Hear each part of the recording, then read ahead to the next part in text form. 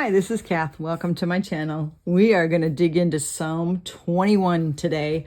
And it's a great psalm, a victory psalm. And so we are going to dig into that and look deeper into Psalm 21. But let's look at a verse here first and pray to get started. And we are going to look at an amazing verse in Psalm 119. And it's in the section labeled He.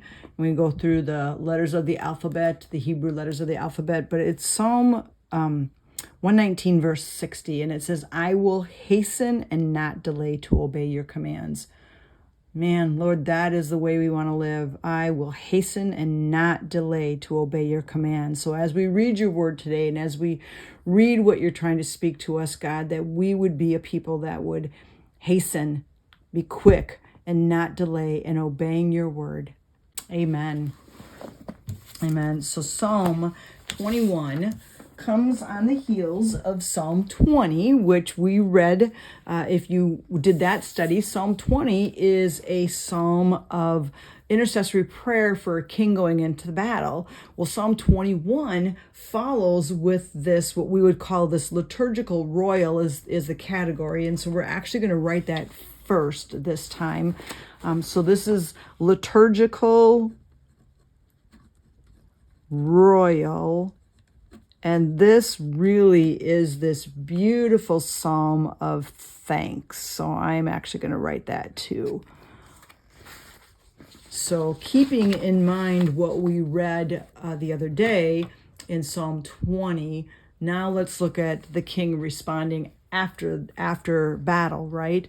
The king rejoices in your strength, Lord. How great is his joy in the victories you give. You have granted him his heart's desire and have not withheld the request of his lips. Remember what that request was victory in battle. You came to greet him with rich blessings and placed a crown of pure gold on his head. He asked you for life and you gave it to him, length of days forever and ever. Through the victories you gave, his glory is great. You have bestowed on him splendor and majesty. Surely you have granted him unending blessings and made him glad with the joy of your presence. For the king trusts in the Lord. Through the unfailing love of the Most High, he will not be shaken. The Lord will swallow them up in his wrath, and his fire will consume them. You will destroy their descendants from the earth, their posterity from mankind. Your hand will lay hold on all your enemies. Your right hand will seize your foes. When you appear for battle, you will burn them up as in a blazing furnace. Though they plot evil against you and devise wicked schemes, they cannot succeed. You will make them turn their backs when you aim at them with drawn bow. Be exalted in your strength, Lord. We will sing and praise your might. Can you just feel that victory, that rejoicing in this psalm of thanks? It's just great the way it's worded. So what we're going to do today is, because a lot of it is just the king rejoicing in what God has done, we're going to do a little bit of structuring. And then I'm just going to highlight a few things today. So the first way we're going to structure it is just to kind of separate what those verses are about. So verses 1 through 7. So all the way through 7.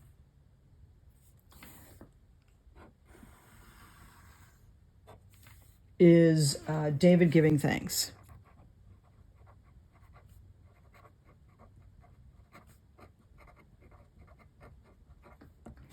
And then the next section is 8 through 12. So that goes like here and then down onto my next.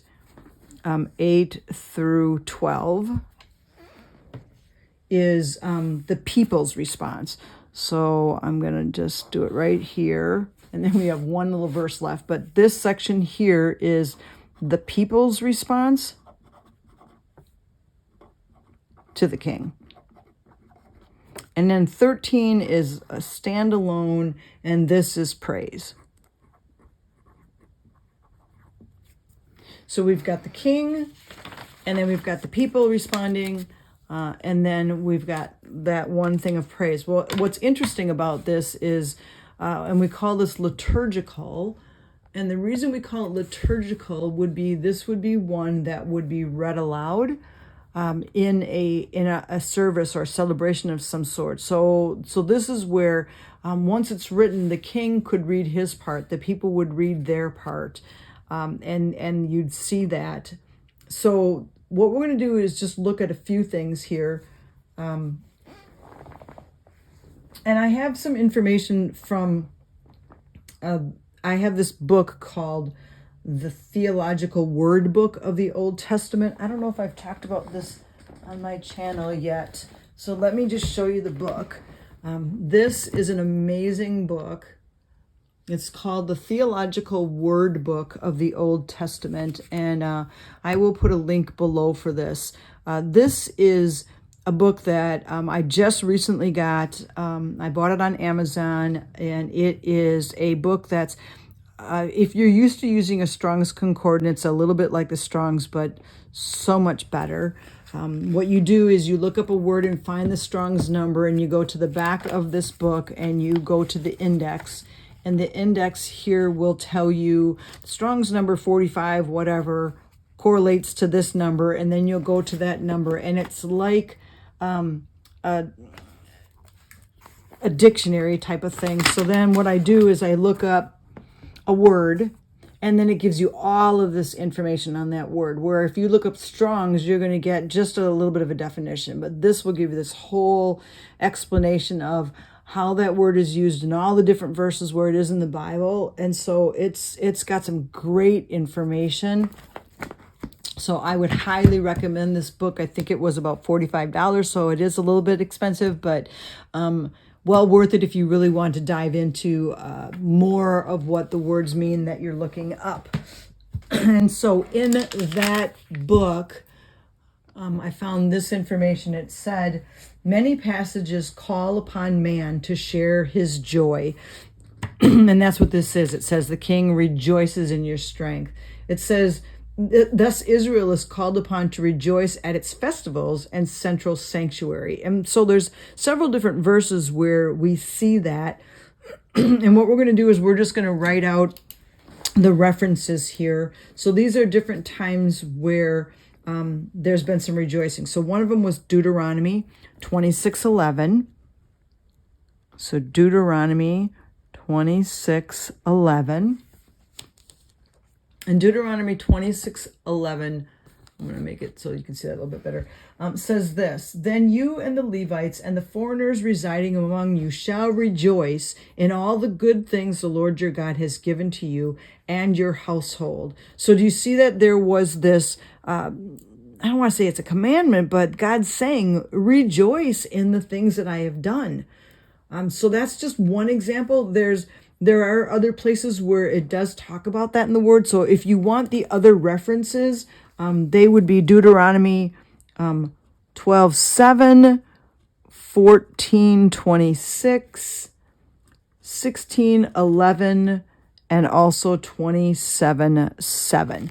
So those are all verses that talk about where God is asking us to rejoice. So I'm just going to write that up here. God says rejoice. These are all verses where God's saying, in your festivals, in your times of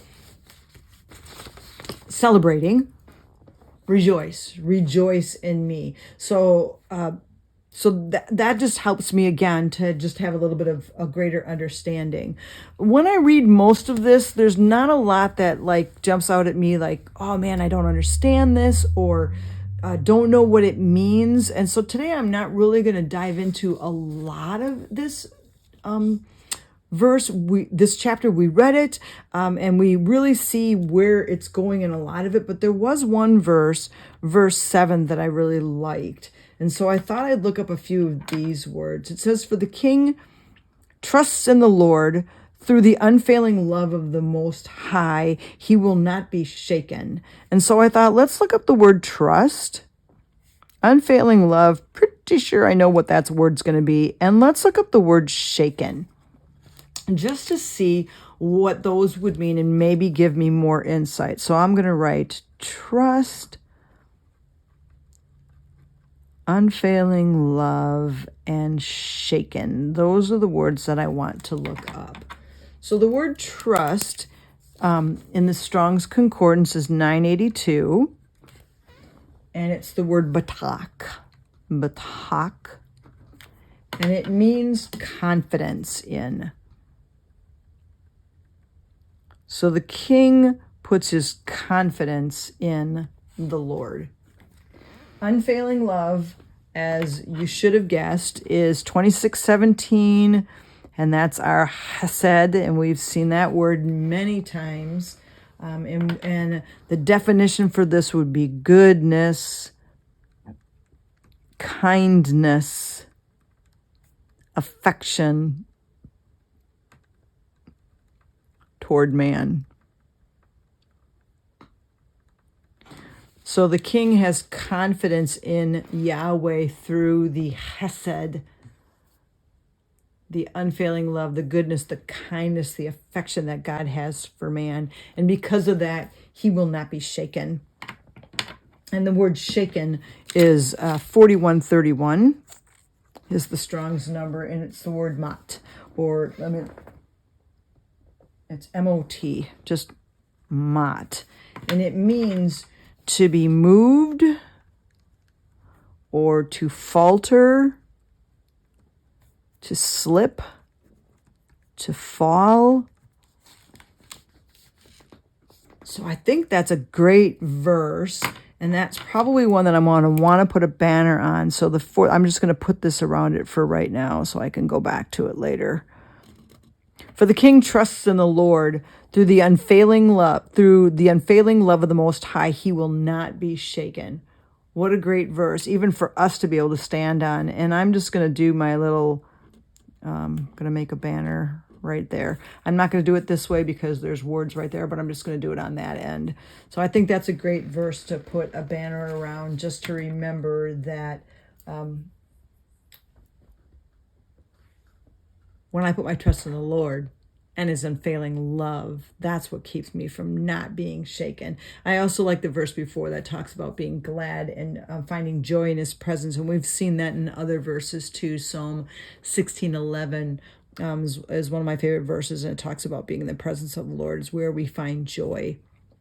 And I think those are the verses that really jumped out at me in this psalm.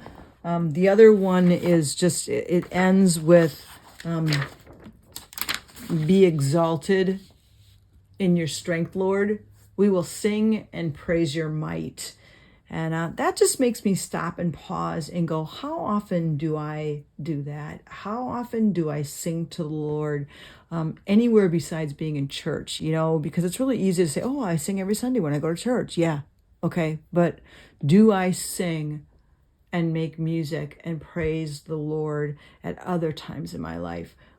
Besides those times where I'm in a liturgical setting and it's easy for me to praise the Lord. So just an amazing psalm of thanksgiving, of being able to, as again, we see the king rejoicing in coming back from that battle and seeing the victory. And it's just a great psalm to remind us of being a thankful people and being a people that are willing to come before the Lord and sing before him and thank him for the amazing things that he does in our lives.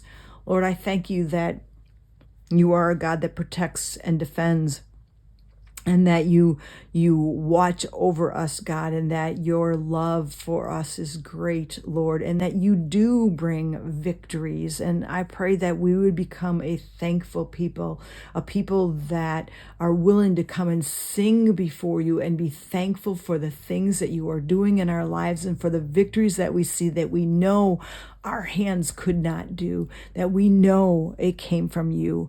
God, open our eyes to see more victories and to see your hand in our life in a stronger way. Amen. Well, thanks for joining me for this short video today on Psalm 21. I'll see you next time.